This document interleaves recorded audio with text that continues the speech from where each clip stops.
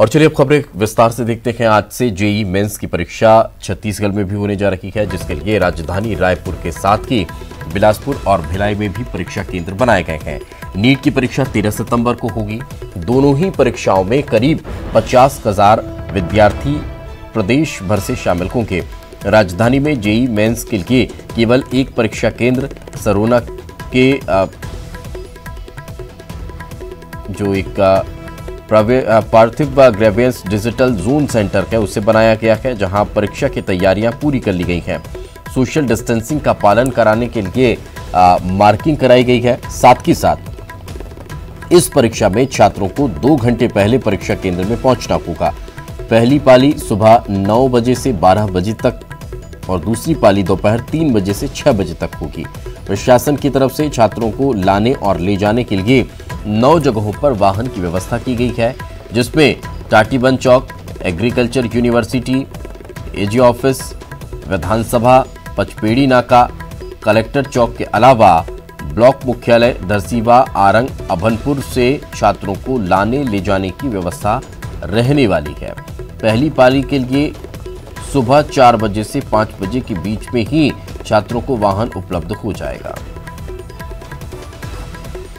तो और ज्यादा जानकारी के साथ हमारे सहयोगी अवधेश हमारे साथ जुड़ चुके हैं। अवधेश, किस तरह की व्यवस्थाएं अब नजर आ रही हैं? क्या छात्रों के पहुंचने का सिलसिला शुरू हो चुका है? बिल्कुल, देखिए जिस तरह से समय निर्धारित किया गया था कि छात्रों को परीक्षा केंद्रों तक 2 घंटे पहले पहुंचना होगा, तो छात्रों का पहुंचने का सिलसिला जारी है। चूंकि पहली पाली की पहली परीक्षा 9 बजे से शुरू होगी और 7 बजे का जो वक्त निर्धारित था, छात्रों का पहुंचना शुरू हो गया। तड़के सवेरे से ही बसों की रवानगी राजधानी रायपुर के जो 9 स्थानों पर जो व्यवस्थाएं की गई थी वहाँ से शुरू हो चुकी है। छात्रों के साथ एक अभिभावक को भी जाने की अनुमति दी गई थी, लेकिन लोकल स्तर पर परीक्षा होने की वजह से अभिभावकों के छात्रों के साथ अभिभावकों की कमी देखी गई। लेकिन इन तमाम चीज़ों के अलावा अगर परीक्षाओं की बात कर ली जाए तो पहली बार राजधानी रायपुर के परीक्षा केंद्र में दीपेश लाउड स्पीकर का इस्तेमाल किया जाएगा, ताकि परीक्षा संबंधी जो तमाम जानकारियां हैं वो लाउड स्पीकर के माध्यम से ही दे दी जाए। लोगों की आवाजाही परीक्षा केंद्र में ना हो, जो इसलिए ये व्यवस्था की गई है। साथ ही साथ एक बड़ी व्यवस्था सरकार की ओर से, प्रशासन की ओर से ये की गई है कि जो भी छात्र परीक्षा देंगे, अगर वो चाहेंगे तो उन्हें आवास की व्यवस्था भी निःशुल्क सरकार की ओर से उपलब्ध कराए जाएंगे। और इसके लिए राजधानी रायपुर के तमाम जो शासकीय हॉस्टल है, छात्रावास है, उन्हें अधिकृत किया गया है। वहां पे इंतजाम किए गए हैं, बाकायदा नंबर जारी किया गया है। नोडल अधिकारी से लेकर हर एक छात्रावास में एक अधिकारी को तैनात किया गया है कि वहां पे छात्रों को किसी तरह से कोई दिक्कतें ना हो, परेशानियां ना हो, और परीक्षा देने के बाद जब वो आए तो वहां आराम से रहने की व्यवस्था हो। तो न केवल परिवहन व्यवस्था बल्कि रहने की भी व्यवस्था सरकार की ओर से कोरोना काल में छात्रों को उपलब्ध कराया गया है। बिल्कुल, चलिए बहुत बहुत शुक्रिया अवधेश इस तमाम जानकारी के लिए। तो जैसा कि हमारे सहयोगी बता रहे हैं कि छात्रों के पहुंचने का सिलसिला शुरू हो चुका है और वहां पर जो तमाम गाइडलाइंस हैं, जो नियम हैं, वो छात्र छात्राओं को बताए जा रहे हैं। आगे बढ़ते हैं। कोरोना की रफ्तार लगातार जारी है। छत्तीसगढ़ में कोरोना के जो संक्रमित मरीजों के आंकड़े हैं वो लगातार बढ़ते दिखाई दे रहे हैं। छत्तीसगढ़ में 1411 नए कोरोना संक्रमित मिले हैं। कोरोना संक्रमितों की संख्या 31,503 पहुंच चुकी है। अब तक 16,000 से ज्यादा मरीज स्वस्थ हुए हैं। राज्य में एक्टिव मरीजों की संख्या 14,237 बताई जा रही है। तो लगातार आंकड़ों में इजाफा अब भी हो रहा है। मुख्यमंत्री भूपेश बघेल, गृह मंत्री ताम्रध्वज साहू आइसोलेट हो चुके हैं। आइसोलेशन पर मंत्री रविंद्र चौबे, स्वास्थ्य मंत्री टी.एस. सिंहदेव भी हैं होम आइसोलेशन में। मंत्री शिव डहरिया भी आइसोलेशन में बताए जा रहे हैं। तो अब ये जो लिस्ट है वो वीवीआईपी लिस्ट भी होती हुई नजर आ रही है। वो तमाम मंत्री नेता भी कहीं ना कहीं इसकी जद में आते हुए दिखाई दे रहे हैं। हालांकि रिपोर्ट अभी नेगेटिव आई है, ये एक अच्छी बात है, लेकिन जो संक्रमितों के संपर्क में आए हैं इसकी वजह से उन्हें भी होम क्वारंटीन या होम आइसोलेट किया गया है। हमारे सहयोगी अवधेश लगातार हमारे साथ बने हुए हैं। अवधेश, अब ये जो संक्रमण का दायरा है वो फ्रंट लाइनर्स हम जिन्हें कह सकते हैं, या फिर जिनके कंधों पर पूरे प्रदेश की जिम्मेदारियां हैं, वो भी कहीं ना कहीं नजर आ रखे हैं। हालांकि ठीक है, बहुत अच्छी बात है कि अभी रिपोर्ट नेगेटिव है, लेकिन आइसोलेशन तो उन्हें भी अब किया गया। बिल्कुल, देखिए ये चिंताजनक हालात है कि प्रदेश के मुख्यमंत्री, विधानसभा अध्यक्ष, संसदीय मंत्री, स्वास्थ्य मंत्री, नगरीय प्रशासन मंत्री जैसे बड़े मंत्री और साथ ही साथ गृह मंत्री भी होम आइसोलेशन पे जाएंगे तो समझा जा सकता है कि कोरोना का संक्रमण है वो कितने तेजी से वीवीआईपीओ को अपने गिरफ्त में लेते जा रहे हैं। इन तमाम कार्यालयों में जब जो उनके जो स्टाफ थे उनके पॉजिटिव मिलने के बाद मंत्रियों ने आइसोलेशन पे रहने का निर्णय लिया। बाकायदा सोशल मीडिया पे मंत्रियों के द्वारा जानकारी दी गई कि वो 7 दिन, 8 दिन, 10 दिनों के लिए आइसोलेशन पे रहेंगे। इस दौरान उनके जो कार्यालय रहेंगे उसे भी बंद कर दिया गया है। न केवल मंत्रियों के निवास तक बल्कि दीपेश हम अपने दर्शकों को बता दें कि मंत्रालय और संचालनालय में भी कोरोना की दस्तक काफी तेजी से हो रही है। संक्रमण का दायरा लगातार बढ़ते जा रहा है। जो संचालनालय इंदिरावती भवन है वहां पे अब तक 84 पॉजिटिव मिल चुके हैं, जिसके बाद वहां कार्यरत कर्मचारियों में अब एक प्रकार से दहशत का माहौल है कि कैसे वहां पे लगाम लगेगी, क्योंकि बार बार वहां के जो कर्मचारी संगठन के जो अधिकारी कर्मचारी है वो उनके द्वारा मांग की जा रही है कि इंदिरावती भवन को तत्काल कंटेनमेंट जोन बना दिया जाए। जिन दफ्तरों में कोरोना संक्रमण मिले हैं उन दफ्तरों को सील कर दिया जाए, लेकिन बावजूद उसके उनका यह कहना है कि इस तरह की कोई कार्रवाई नहीं की जा रही है, जिस वजह से लोगों में वहां काम करने वाले शासकीय अधिकारी कर्मचारियों में दहशत है। लेकिन इन तमाम चीजों के बीच एक व्यवस्था सरकार ने यह की है कि मंत्रालय में जो डाक की व्यवस्था होगी उसके लिए एक विशेष व्यवस्था की गई है कि जो भी डाक होंगे, जो भी शिकायत पत्र होंगे, उसे मंत्रालय भवन के ठीक मेन गेट के बाहर एक कक्ष निर्धारित किया गया जहां पे एक केंद्रीय डाक व्यवस्था की गई। वहां से जो तमाम विभागों की जो डाक है उसका आदान प्रदान किया जा सकेगा। लेकिन इन तमाम व्यवस्थाओं के बीच जो संक्रमण का दायरा जो बढ़ता जा रहा है कि महज 14 दिन में छत्तीसगढ़ में दोगुने मरीज हो गए हैं कि 15 अगस्त के आसपास में जो मरीजों की संख्या थी वो महज 15,000 थी,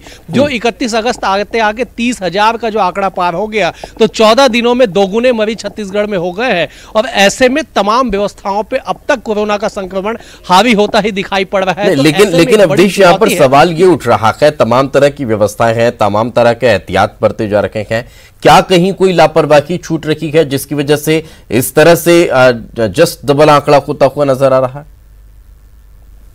बिल्कुल, देखिए सीधे तौर पे लापरवाही है, चाहे वो आम जनों की लापरवाही हो या फिर व्यवस्थाओं की लापरवाही हो, क्योंकि अगर कोरोना का संक्रमण रोज नए रिकॉर्ड बना रहे हैं और उसी दर पे राजधानी रायपुर से लेकर प्रदेश भर में अगर मास्क ना लगाने पे 1000 लोगों पे अगर कार्रवाई की जा रही है तो समझा जा सकता है कि कोरोना के संक्रमण को लेकर लोगों की जो आहुति, इस लड़ाई में जो लोगों की आहुति होनी चाहिए थी वो उस स्तर पे नहीं हो पाई जिसपे संक्रमण को रोका जाए। आज सड़कों पे जाम लगने की स्थिति हो चुकी है, बाजारों में सोशल डिस्टेंसिंग की धज्जियां उड़ाते हुए नजर आ रहे लोग, बाजारों में इस तरह से भीड़ उमड़ रही है कि मानो त्योहार का कोई सीजन हो। तो ऐसे में संक्रमण को रोकने के लिए जो तमाम तरह की उपाय जतन करने की जो बात कही गई थी वो धरातल पे कारगर साबित होता नजर नहीं आ रहा है। इन तमाम चीजों के बीच प्रशासन के सामने एक नई चुनौती आ गई है कि जो मरीज आ रहे हैं, पॉजिटिव आ रहे हैं, उनमें से कई लोगों के नाम, पता और साथ ही साथ मोबाइल नंबर भी गलत दर्ज किया गया है, गलत पते का उल्लेख किया गया है। तो ऐसे में न केवल पॉजिटिव मरीज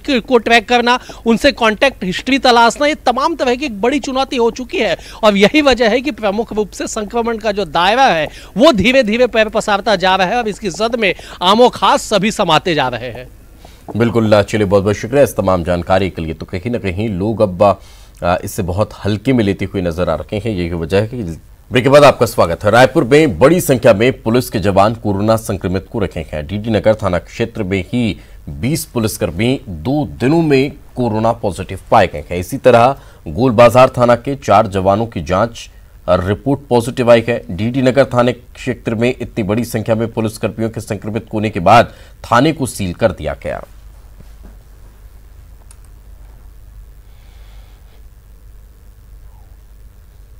डीडी नगर थाना के 20 पुलिसकर्मी कोरोना पॉजिटिव पाए गए हैं। इस थाने के कल जो है 11 जवान कोरोना संक्रमित पाए गए थे और उसके बाद जब टेस्ट किया गया था तो आज 9 लोगों का रिपोर्ट पॉजिटिव आया है। यही वजह है कि इस थाने के जो पूरे थाने को ही सील कर दिया गया है, यहाँ से कामकाज जो है बंद कर दिया गया है और साफ कर दिया गया है कि इतनी बड़ी संख्या में जब पुलिस के जवान संक्रमित हो रहे हैं, जिसके बाद थाने को सील किया गया है। और न केवल यहाँ के बल्कि जो है गोल बाजार थाना क्षेत्र के भी 4 जवान संक्रमित पाए गए हैं। उसके बाद पूरे थाने को सील करते हुए यहाँ पर एक नोट चस्पा कर दिया गया है कि इस थाने का जो कामकाज है वो पुरानी बस्ती थाना और जो है सरस्वती नगर थाना क्षेत्र से होगा।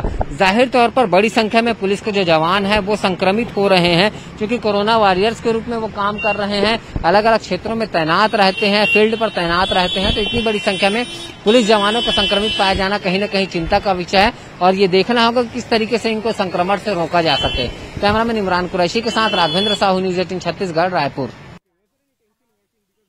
का कहर इस तरह से लगातार बढ़ता जा रहा है और पुलिस थानों में भी नजर आ रहा है। पुलिस जवान जिन्होंने एक महती भूमिका उस लॉकडाउन के काल में भी निभाई और लगातार वो डटे रहे, लेकिन अब उनके भी कोरोना संक्रमित पाए जाने के मामले में इजाफा होता हुआ नजर आ रहा है। बालको मेडिकल सेंटर कैंसर का सफलता के साथ उपचार कर रहा है। विशेष प्रकार की कीमोथेरेपी, जिसे हाईपैक कहा जाता है, पेट में फैले हुए विकसित कैंसर के रोगियों के लिए किसी उम्मीद की किरण से कम नहीं है। हॉस्पिटल के ऑन्कोलॉजी टीम ने 2 हाईपैक प्रक्रियाओं से सफलतापूर्वक उपचार किया है। हॉस्पिटल के चिकित्सा सेवा प्रमुख डॉक्टर जयेश शर्मा ने कहा कि हाईपैक एक जटिल प्रक्रिया है, इसलिए रोगियों की पहचान करना आवश्यक है। हाईपैक के साथ सफलता और संभावित इलाज सबसे अच्छा है।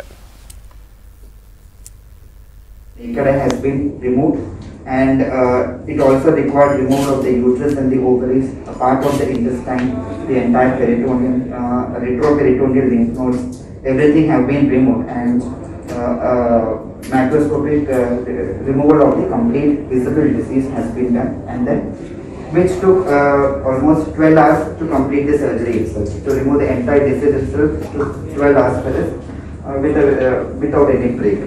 And then following the actual में हम हाईपैक के बारे में इसलिए बात कर रहे हैं कि ये सर्जरी तो बड़ी है, लेकिन ये बड़ी क्यों है वो भी समझना जरूरी है, क्योंकि जिन पेशेंट्स में ये सर्जरी हम करते हैं, और ये सिर्फ एक सर्जरी नहीं है, ये पूरा सर्जरी के पहले और बाद में काफ़ी सारा चीज़ इसमें होता है। इसमें जिन पेशेंट्स में करते हैं बहुत ही एडवांस स्टेज के पेशेंट रहते हैं, जिनको अगर हमको और कोई ऑपरेशन करना है तो हम उनको बोलेंगे कि ये इनऑपरेबल है, इनको हम सर्जरी नहीं कर सकते, इनकी जान चली जाएगी अगर हम उनका पेट खोलेंगे तो इस टाइप के पेशेंट में जो कि बहुत एडवांस है, जो सर्जरी के लिए फिट नहीं है, किसी भी वो यहाँ तक कि वो कीमोथेरेपी के लिए भी फिट नहीं होते हैं, ऐसे पेशेंट्स को हमको इतनी बड़ी सर्जरी करनी है और उनको रिजल्ट देना है, सर्जरी करके छोड़ नहीं देना। और एक बड़ी खबर इस वक्त कोरबा से मिल रही है। कोरबा में कोरोना का कहर लगातार जारी है।